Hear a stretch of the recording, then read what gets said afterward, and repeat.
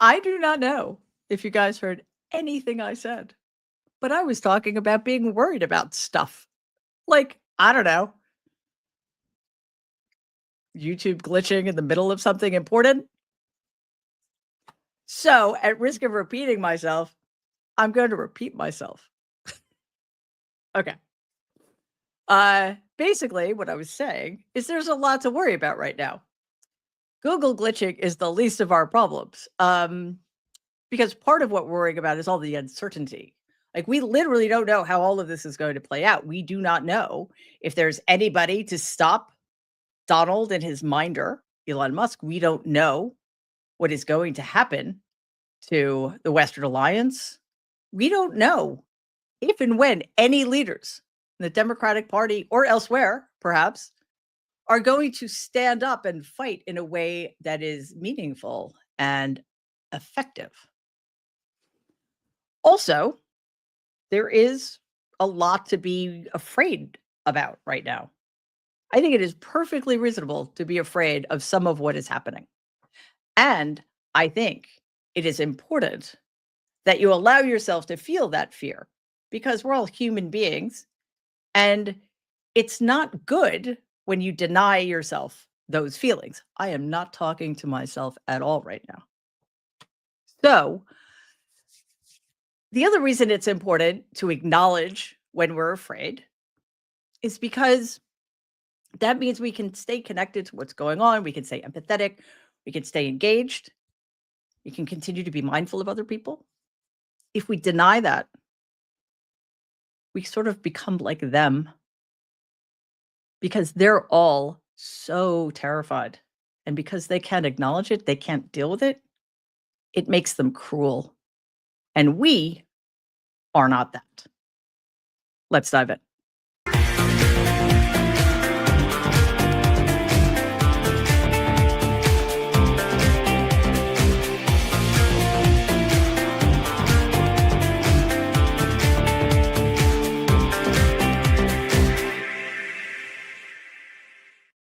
Hello again, and welcome to this evening's episode of Mary Trump Live.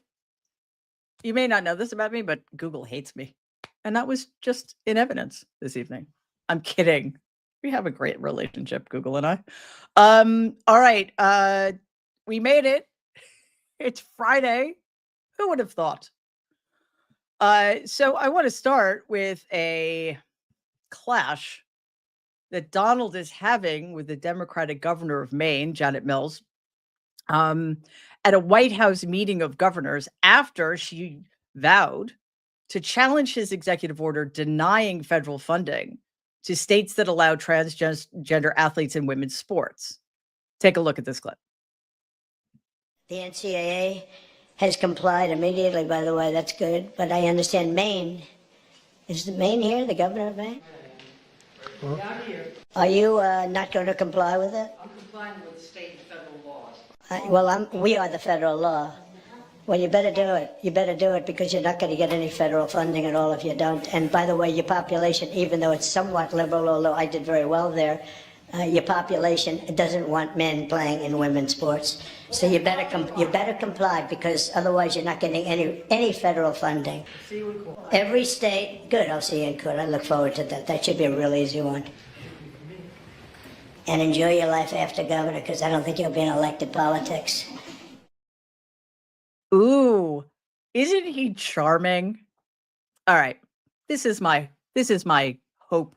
Maybe it's just a fantasy. This is my hope that someday somebody is going to stand up and say, you are a fucking thug.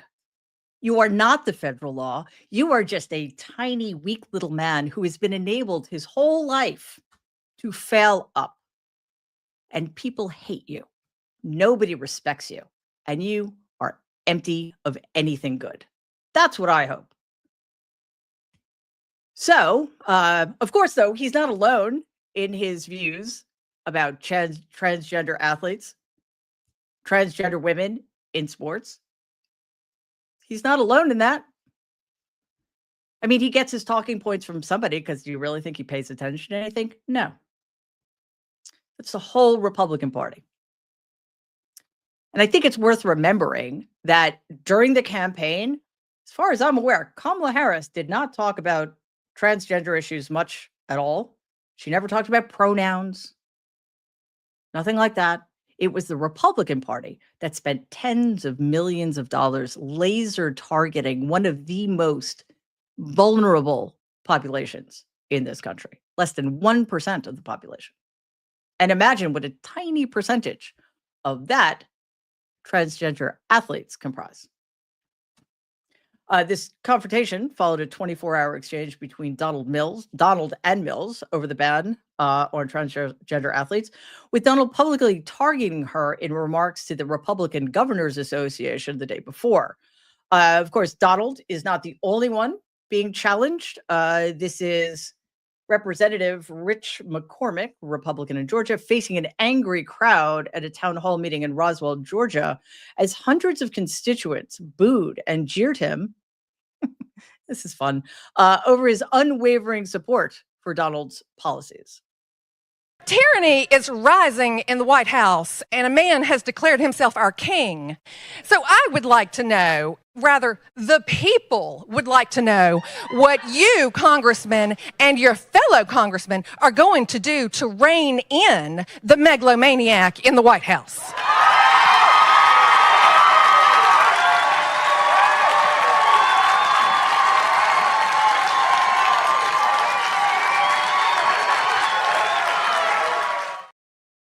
He looks comfortable. And what an accent. It's fabulous. So McCormick was pressed about over 1,000 job cuts at Atlanta's CDC. That's the Centers for Disease Control. Who needs that? And he dismissed concerns by claiming, quote, a lot of the work they do is duplicitous with AI, unquote. I don't know if he meant duplicative. I'm not really sure. And also, does can AI be employed, like, and get Social Security and stuff? It's a mystery. So when he said this, the crowd very rightly groaned. And then he responded, quote, I happen to be a doctor. I know a few things, unquote. I, too, am a doctor, although not that kind of doctor. And I'm also not the kind of doctor who knows anything about AI. So that's weird. When challenged about Donald's growing authoritarianism, I don't know, it's pretty big already, isn't it? Although I guess there's always room for more. McCormick compared concerned constituents to the January 6th insurrectionists, prompting outrage and more boos. McCormick defended his controversial comments, suggesting teens on school lunch programs should work to help pay for their meals, saying, quote, I think a teenager sitting home during high school who could go to work should. He has syntax problems too, apparently. He's not that kind of doctor either. McCormick, a former DeSantis supporter who later aligned with Donald, is now struggling to balance hardline MAGA loyalty with pushback from suburban voters, which is signaling potential political you know the word. What am I saying? Vulnerabilities in Trump era Georgia. Good. That's all good. I have a question, and I don't know. Like, he was using January 6th protesters as a negative. He's saying you guys are like the January 6th protesters, which suggests to me that he thinks that's a bad thing. Really hope nobody tells Donald that. Speaking of the insurrection, which is now complete and successful, this afternoon, Enrique Tarrio, who's the former leader of the Proud Boys, was arrested at the U.S. Capitol just weeks after being pardoned for his seditious conspiracy conviction related to January 6th. And just to be clear, seditious conspiracy is the second gravest crime against the United States of America. Treason is the only thing that's worse. And Tarrio was serving 18 years in prison, or he was supposed to. So it seems kind of odd that he would want to blow that, but maybe he just has, more pardons in his back pocket. Anyway, prosecutors cited a 9-page strategic plan found in Tarrio's possession, outlining a plot to storm government buildings as been there, done that now, as well as violent rhetoric and private messages coordinating with the Proud Boys. According to the Capitol Police, Tarrio allegedly struck a woman's phone and arm after she put the device near his face following a press conference on Capitol grounds. But that's not the only January 6th news we have today. Steve Bannon, remember him? He's charming too. Had a special announcement regarding the insurrectionists today at CPAC. Play the clip. And the J6ers are here at CPAC.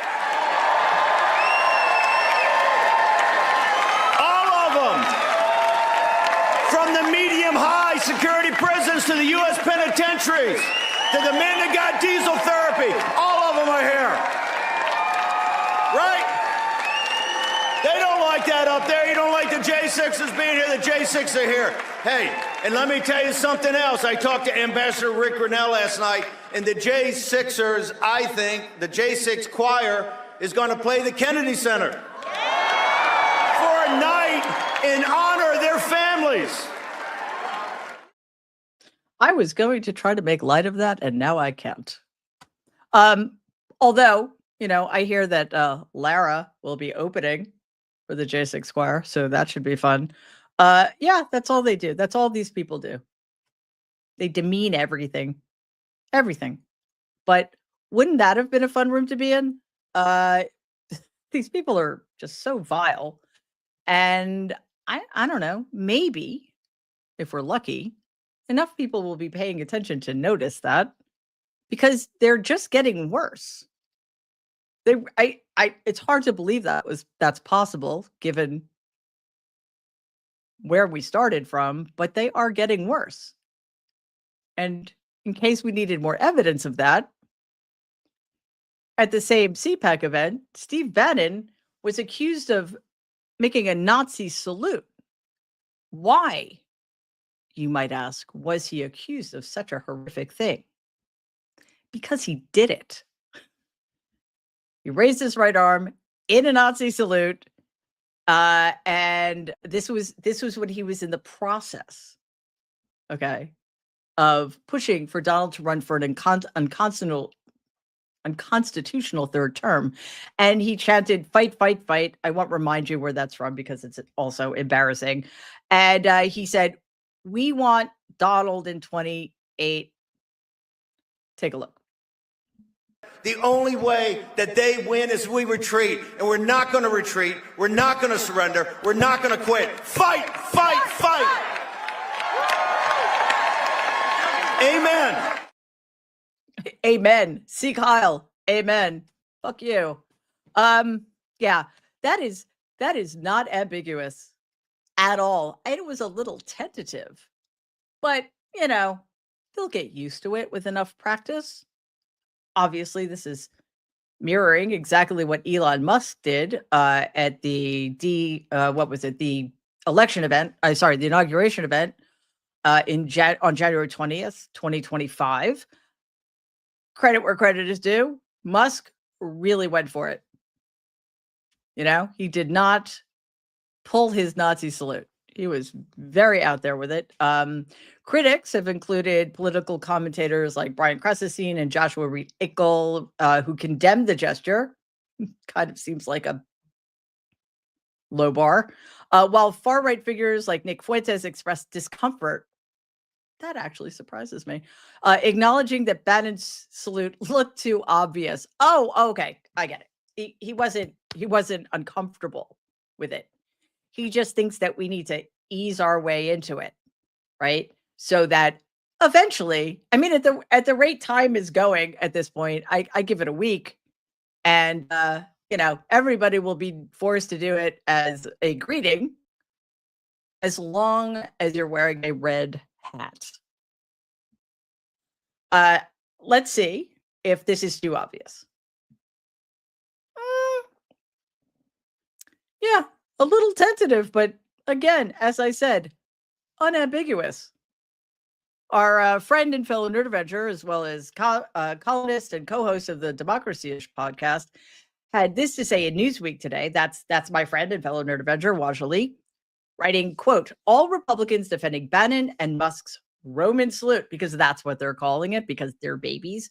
"Please do it live on TV. If it's harmless, you should have no problem doing it unquote. Right? Right? You know what the problem is, though?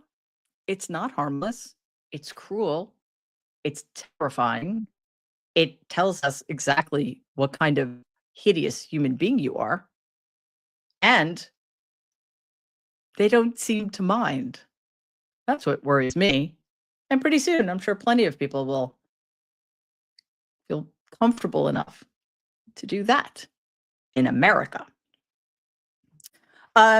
So James Rawdon is an ICE assistant chief counsel in Dallas, and he's accused of running a white supremacist Twitter account at Glomar Responder, which posted racist, xenophobic, and fascist content. I don't see the problem. He fits right into this regime. As a prosecutor in immigration cases, Rodham held power over vulnerable immigrants, refugees, and asylum seekers, raising concerns that his bias influenced legal proceedings. The Twitter account with 17,000 plus followers posted statements like, quote, America is a white country founded by whites, unquote, and, quote, migrants are all criminals, unquote, while also openly declaring, I'm a fascist. Good for you for knowing your truth and living it. A legal complaint filed by attorney J. Whitfield Larrabee demands Rawdon's suspension and a formal investigation, citing a violation of professional ethics and the integrity of the immigration system. Are we seriously doing that in the Trump regime? Okay. ICE has not confirmed whether Rawdon operates the account, but stated they take all allegations of inappropriate conduct seriously. I'm not sure that's true. Meanwhile, Representative Mark Vesey, a Democrat of Texas, is demanding a full investigation, calling Rawdon a white supremacist in a public statement because he is. And listen, I'm glad this is happening, but I don't know how much longer this kind of pushback is going to be available to us. And that is a cause for concern. All right. So the Trump regime's Department of Government Ethics, DOGE, which is led by Elon Musk, unless they're in front of a judge, in which case it's not led by Elon Musk, fired hundreds of federal health workers, including 10% of the staff at the Substance Abuse and Mental Health Services Administration, and about 700 employees at the FDA. Today, a federal judge lifted a block on the Trump regime's mass removal of USAID employees, allowing the administration to force thousands of staffers, including those overseas, off the job within 30 days. Employees stationed overseas, including those in politically unstable countries, now face eviction, lost jobs, and a lack of medical evacuations. With pregnant women and families caught in life-threatening situations due to stalled emergency care. USAID staff evacuated from the Congo due to political violence, and they were given 2 meals and donated clothing, but left with unpaid hotel bills and no guidance as to their employment status. Despite waivers from Secretary of State Marco Rubio, vital HIV/AIDS treatment programs like PEPFAR, Ebola response teams, and disaster relief efforts remain defunded, as USAID's payment system was disabled earlier in the shutdown and remains non-functional. Other cuts and firings include firing at the Substance Abuse and Mental Health Services, including workers supporting the 988 crisis hotline, and overseeing drug addiction and mental health treatment grants. A quarter of the agency's communication team responsible for raising awareness of 988 was eliminated. Experts warn of slower grant approvals and declining oversight. The FDA also lost key experts in AI-driven medical devices, surgical robots, diabetes programs, and food safety. 4 of 11 surgical robot safety reviewers were fired, along with toxicologists monitoring food additives and scientists overseeing e-cigarette safety. The CDC, NIH, CMS, and other agencies also lost recently hired staff and contractors. The SAM HSA workforce dropped from 633 employees in 2023 to nearly 500, echoing a doom loop seen during Donald's first term when mass firings led to plummeting morale and an exodus of skilled employees. Trade groups, scientists, and formal officials have condemned the cuts as reckless, jeopardizing drug safety, mental health services, and medical oversights. The Trump regime defends them as part of a federal workforce reduction effort, but critics warn of long-term harm to public health and safety. And yes, that's the point. We've all, I believe, been experiencing this, or at least some of us have been. None of this is surprising. None of this is unexpected. We knew this was all going to happen from the confirmation of the dangerous, unfit, unqualified, cruel, crazy cabinet secretaries to jeopardizing the mental health, the physical health, the food safety, the aviation safety, our international alliances, our national security. We knew, or should have known, that all of this was coming. However, it's very difficult to be prepared. And when it happens, it feels like a blow. So it's completely understandable if you feel like that. The next thing I want to talk about is something that actually flew under the radar this week. And I want to take a minute to discuss it because it is so very important, along with all of the other things that are important, of course. On Thursday, the Trump regime suspended immigration benefits for tens of thousands of immigrants, including Ukrainians who fled the war that we no longer help them fight, as well as Cubans, Haitians, Nicaraguans, Venezuelans, all admitted under Biden-era parole programs. News outlets reported that Ukrainian refugees were left in limbo after Donald alienated President Volodymyr Zelensky and decided, as we should have known he would, with Putin, over Putin's illegal and inhumane invasion of Ukraine. The freeze halt's benefits for Ukrainian refugees admitted under the Uniting for Ukraine programs, which blocks pending work permits, and is blocking, I should say, pending work permits, green card applications, and legal status adjustments, leaving many at risk of deportation despite having U.S. sponsors.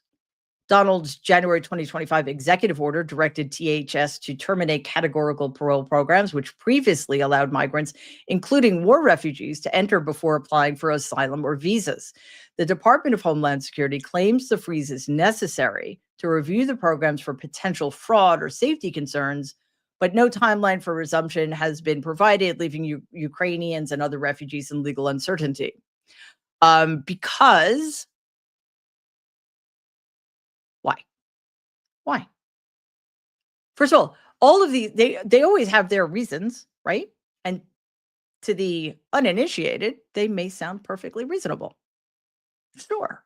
I mean, we want to make sure that the right people are getting helped, or we want to make sure that this is being done efficiently.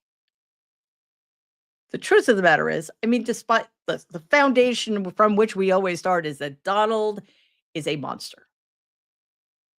He doesn't care about human beings, not him. And that includes everybody, which should be alarming to people. But, and we're going to see more of this here as well, he also has the thinnest skin on the planet. He is so constantly narcissistically injured that he must constantly lash back at anybody who threatens his idea of who he is, which is a fiction. This is because President Zelensky stood up to that pathetic waste of space.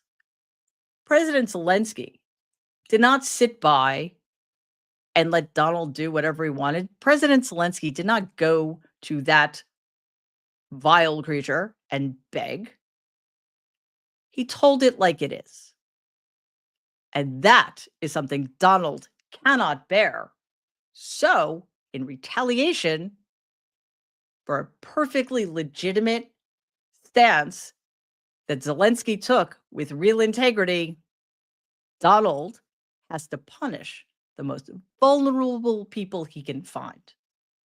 Ukrainian refugees fleeing their war-torn home.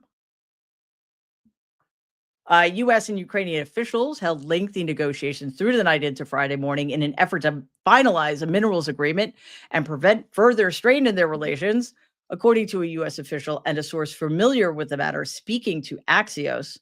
The dispute over minerals has been a key factor escalating tensions between the two sides this week. I need to rephrase that. It is not a dispute over minerals. It is a power play. It is blackmail. There was no dispute over Ukrainian minerals. Ukraine is a sovereign nation. Anything in Ukraine belongs to the Ukrainian people.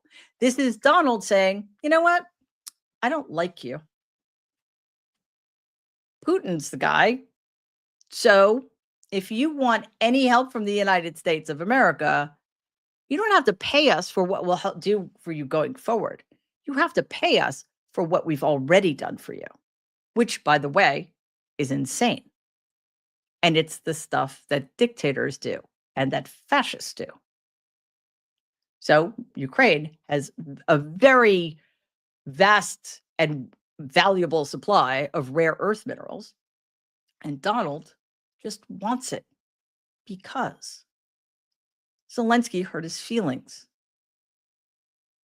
White House National Security Advisor Mike Waltz said today at the Conservative Political Action Committee, and like all the worst conference, all the worst people go there. Seriously, it's incredible. Quote, President Zelensky is going to sign that deal and you will see it in the very short term, unquote. That better not happen. Check out this report from Richard Engel. I've been speaking to people in Zelensky's office as well, and one of them told me, a very senior advisor who I've known for some time, that he believes a lot of this row goes down to President Trump's demand for minerals. That has gotten a little bit lost in all of this, and that, Katie, as you know, is happening in the States almost every day, where so much is coming out that people forget. I spoke with this official in Zelensky's office, and he described to me how a Trump administration official came with a document, no negotiation, and said, you must sign this. And on the document was a pledge that President Zelensky was supposed to sign, handing over 50% of this country's mineral rights, particularly rare earth minerals, and that President Zelensky didn't sign it and was told at the time, President Trump's not going to like that. He's going to be angry, and he still didn't sign it. And now we're seeing this war of words escalating, which has a much more profound implication than just a war of words or an argument. Yes, it's an escalation of tensions that did not exist heretofore. There's only one way through this, and that is for Zelensky and the Ukrainian people to say no. Absolutely not. Go fuck yourselves. Donald's angry about it? Good. Good. Let him have a temper tantrum. It is one of his few skills. So what has to happen, in my view, this offer, this blackmail, must be rejected out of hand, and Ukraine has to rally the EU, other European allies, and find other allies anywhere around the world, because we are in this unfathomable situation in which America is aligned with Russia against our allies, and that is exactly how we need to treat this situation. Early this morning, Senate Republicans passed a $340 billion budget framework with a 52-48 vote along party lines. What Democrat voted for that? Anyway, to fund mass deportations and border security under the Trump regime. Senator Rand Paul, Republican of Kentucky, was the lone GOP senator to oppose it. Oh, yeah, sorry. I flipped the numbers. Yes. Yes. So 52-48. Right. There are 53 Republicans. Arithmetic. It's a thing. Anyway, after an all-night vote, Senate Republicans approved the budget framework, pushing past Democratic objections. I believe it passed at 4:00 this morning. After initially derailing Senate Republicans' spending efforts, Donald signals he's now open to multiple budget bills because he doesn't know anything, shifting away from his previous insistence on a single big, beautiful bill, which is what happens when you don't know what the word beautiful means, I guess. The package directs 175 Sorry, $175 billion, $175 billion for mass deportations. The U.S.-Mexico border bill, which will destroy nature, and more border agents, which is alongside the $150 billion for the Pentagon, and $20 billion for the Coast Guard. Democrats attempted to block tax breaks for billionaires and protect federal workers from mass firings, but Republicans blocked these efforts for some bizarre reason. But although Senator Susan Collins, the perpetually concerned Susan Collins, Republican of Maine, and Josh Hawley, this is weird, Republican of Missouri, broke ranks on some tax-related votes. Here's Senate Minority Leader Chuck Schumer's reaction. Take a look. For the first time this year, Senate Republicans were forced to go on record and defend their plans to cut taxes for Donald Trump's billionaire friends. What happened tonight was only the beginning. This debate is going to go on for weeks and maybe months. Democrats will be ready to come back and do this over and over again because Americans deserve to know the truth. And what is the truth? Under Donald Trump's Republican Party, billionaires win and American families lose. Yes, exactly. That they campaigned on that. Remember? To offset the cost of these tax cuts, the Trump regime is not the tax cuts, but also the insane amount of money being spent on deportations and the Pentagon. The Trump regime is considering slashing climate-related fees, expanding energy leases, and extending the 2017 GOP tax cuts, which just disproportionately benefit the wealthy.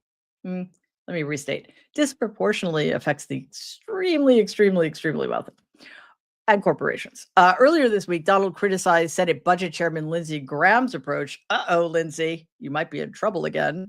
And he backed the House bill instead. But in a Fox interview, he reversed course, saying, I guess you could do 3. You could do 10, as long as the final outcome is the same. Yeah. That sounds like he knows stuff. Donald praised the Senate's passage of the first bill as a very good signal and insisted that Republicans have fantastic unity despite clear divisions over budget priorities. Well, I think it's very easy to achieve unity in a party when most of them actually are totally cool with their fascism because they're fascists too, right? And when you are perfectly comfortable threatening the rest of them, right?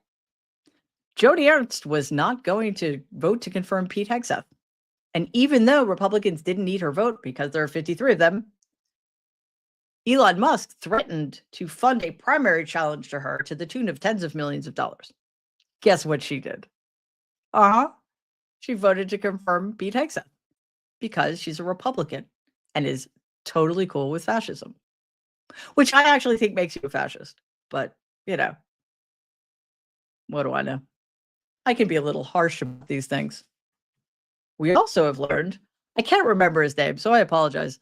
A Republican who objected to the nomination, a Senate Republican, I should say, who objected to the nomination of Kash Patel, revealed later that he received death threats. So, what did he do? Very good. Yes. He voted to confirm Kash Patel because this is now a Republican fascist thing. They don't mind if other people get death threats. They don't mind if those death threats get acted upon as long as it's not them and as long as it's us. That's where we are now. The only leverage Democrats have going forward is this, and I hope that House Democrats are paying attention here. They have to dig in their heels and refuse to negotiate with these vicious fascists. You do not make common cause with fascists, even if you think it's for a good cause. Ever. It just gives them power. All right. today, a federal judge indefinitely adjourned, Jesus Christ, indefinitely adjourned New York City Mayor Eric Adams' criminal fraud trial. He still didn't dismiss the charges, even though their DOJ requested that he do so. So I want you to check out this clip. Breaking news out of New York, a federal judge has indefinitely adjourned the criminal trial of Eric Adams. In the ruling, the judge writes, in light of the government's motion and the representation of the parties during the conference, it is clear that the trial in this matter will not go forward. Let's bring in our legal analyst and attorney, Brian Buckmeyer. So Brian, for now, it looks like Mayor Adams can avoid these corruption charges. Pretty much. The judge's decision seems to be, for lack of a better term, a way of kind of kicking the can down the road.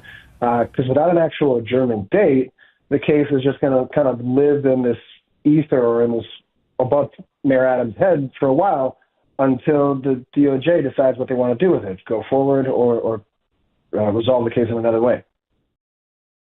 Yeah, listen, I mean, it's not surprising that the case was dismissed because Adams' attorneys and the DOJ were completely aligned. They both want the case dismissed, obviously.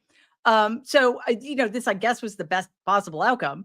Just don't dismiss the charges. And hopefully someday, what will be interesting, if New York voters can get their acts together and not reelect this maniac and fraud, when, hopefully, Adams is no longer mayor of New York City and is no longer useful to Donald, then what will happen? I'm curious.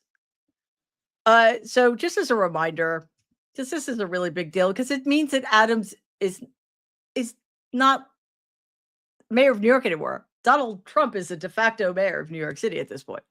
So what happened, this was the corruption in this case was so inescapable that the U.S. attorney for the Southern District, Danielle Sassoon, resigned along with several other DOJ officials because they did not want to be associated with this. Because they alleged that the case was dropped in exchange for Adams' cooperation with the Trump regime on immigration enforcement, and that turns out to have been the case.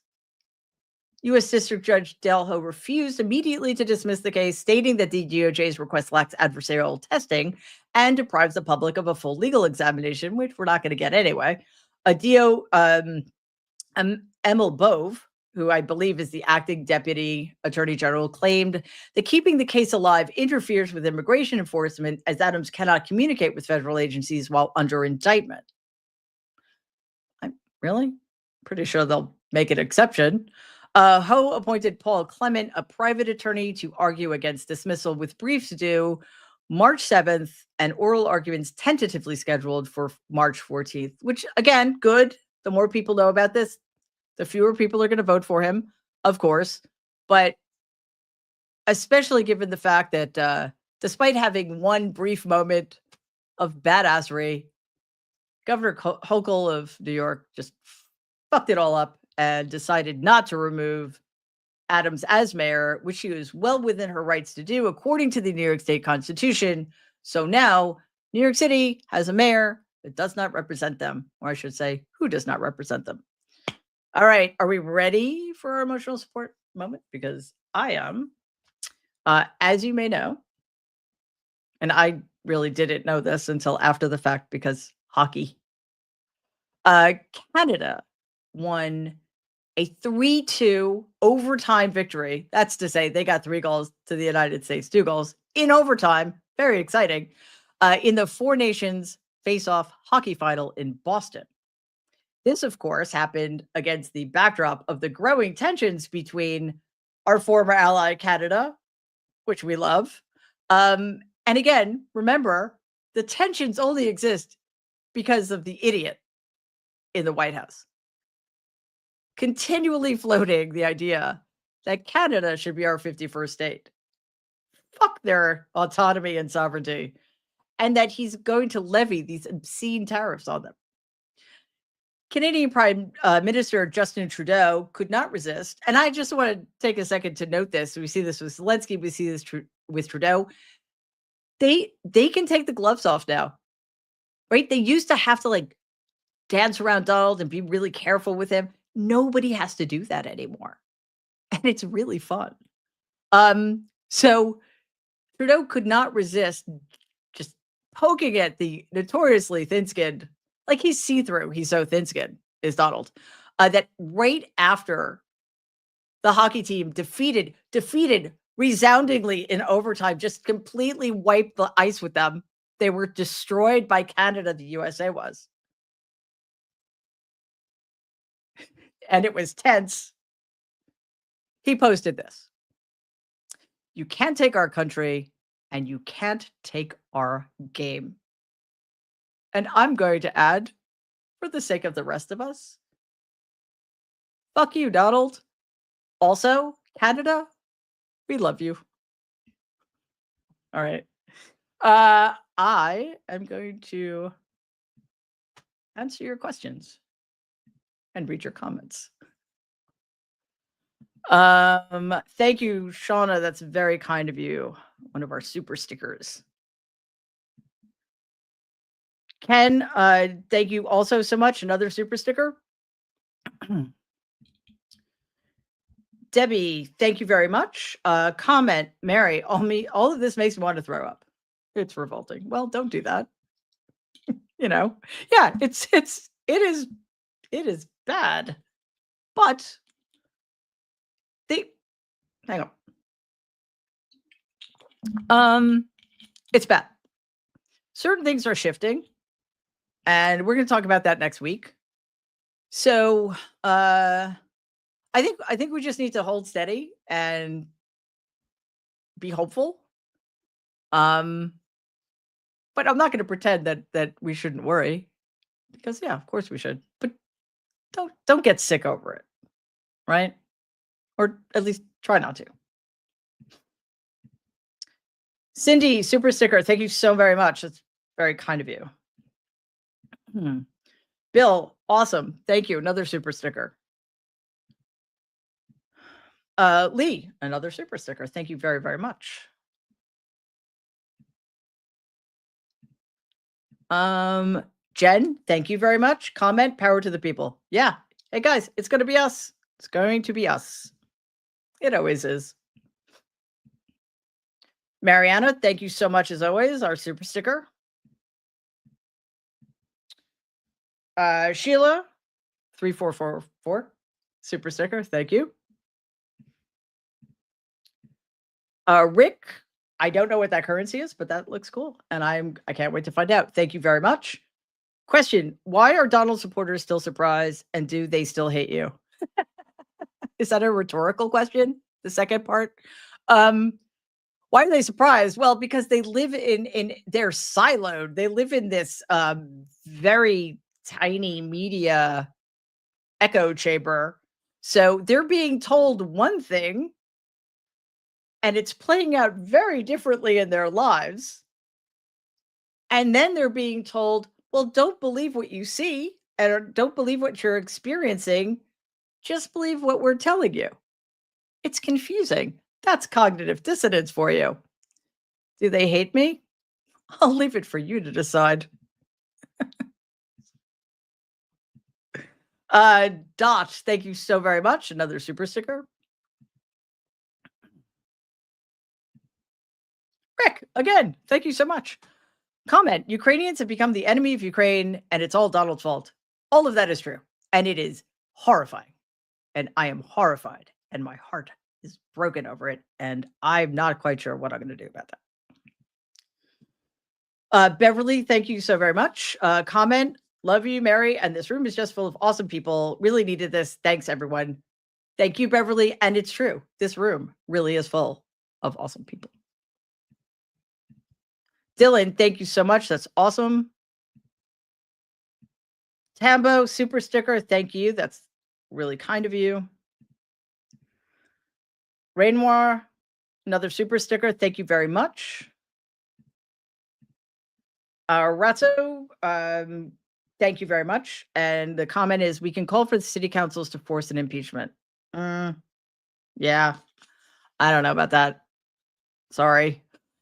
I mean, it depends who you're talking about, unless you're talking about Adams, in which case, like, yes, of course. But I think, I'm guessing, but I don't know. The thing with Adams is there's a very clear path there, and Hochul just chose not to take it. We'll have to vote him out. That's all. Come on, New York. Greatest city. We get very weird around mayoral election time and gubernatorial elections too. Cindy, another super sticker. Thank you so very much. Karen, thank you. That's very generous of you. Carrie Ann, comment, love Canada. Congrats to the hockey team. Yes, we love Canada. I'm getting an I Love Canada t-shirt. I am not going to watch hockey though. Sorry. I can only go so far. Ron, comment, Trudeau could wipe the floor with Donald. So could any of us, quite honestly. With this. Actually, all you have to do is tell him to his face, which shockingly nobody has done, just what a fucking loser he is. I'm telling you, that would take him out. Metaphorically speaking. Edie, comment, I wish he would deport me. Well, my family came here from Ireland in 1729. Jesus. He could send me back there. Well, you have more right to be here than he does. My great-grandfather and great-grandmother came from Germany. My grandmother was 100% Scottish. So, you have much more claim. And this is very important. You pay your taxes and you're not a convicted felon. Bonus. Amiak, comment, love you too, Mary. Canada. Yay, Canada. Okay. Kelly, comment, love you, Mary. Thank you very much. Guys, stop. Cheryl, comment, thank you for your support of Canada. Canada is awesome. Canada was awesome before this, but I didn't have to talk about it because it was just implied. Now we have to talk about it. I was going to say something I shouldn't have, so I didn't. Eileen, thank you so much. Another super sticker. That's great. Kenneth, question. Are we living in a Twilight Zone episode? Yes. It's the one when Billy Mummy plays the kid who has this unlimited power and can control everybody in his orbit. And the adults are absolutely terrified of him because if they do not do his bidding, he will wish them out into the cornfield, which I am telling you is not somewhere you want to go. And if you saw that episode when you were 5, that left a scar.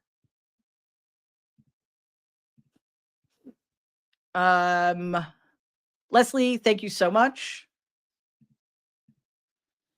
Colorado Mountain 1222, thank you so much. Comment, citizens arrests to save America. Yeah, I mean, we're going to have to get there. No doubt. Payday, thank you so very much. Super sticker.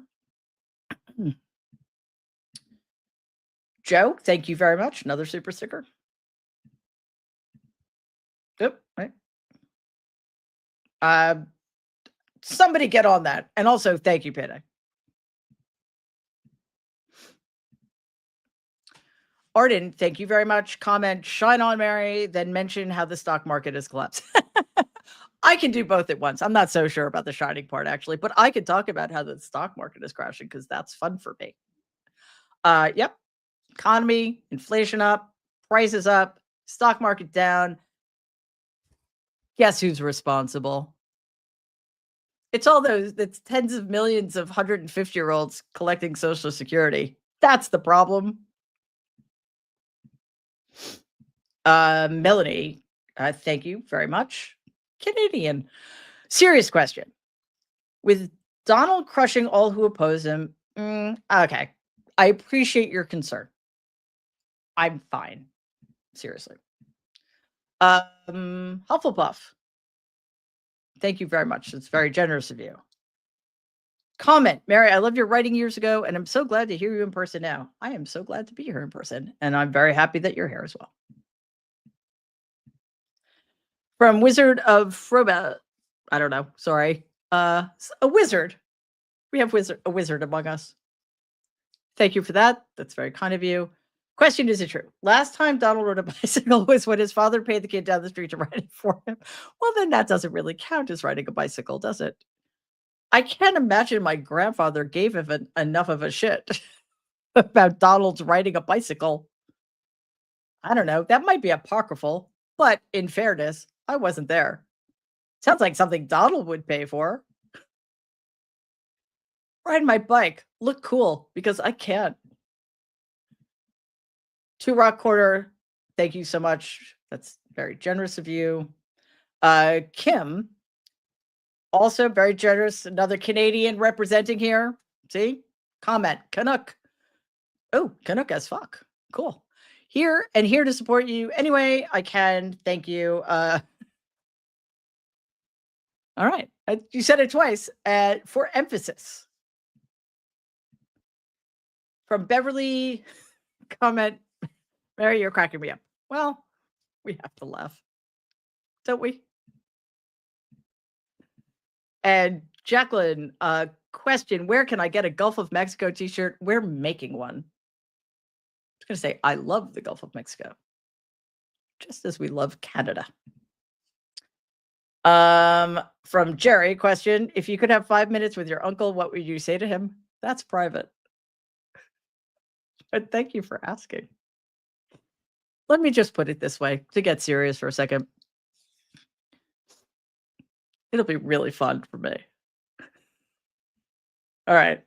On that note, that's it for this week. It is Friday. I can't believe it. And I actually knew that. Typically, I do not. So thank you to everybody watching on YouTube, everybody streaming on Twitter, everybody listening to the podcast, to all of our commenters, and of course, to our super stickers and people donating. You guys help us out tremendously. We appreciate it so much. To our moderators who keep this place somewhere a lot of people want to be. That's we really do appreciate the hard work you guys put in. Before I forget, please do not forget to like and share the video.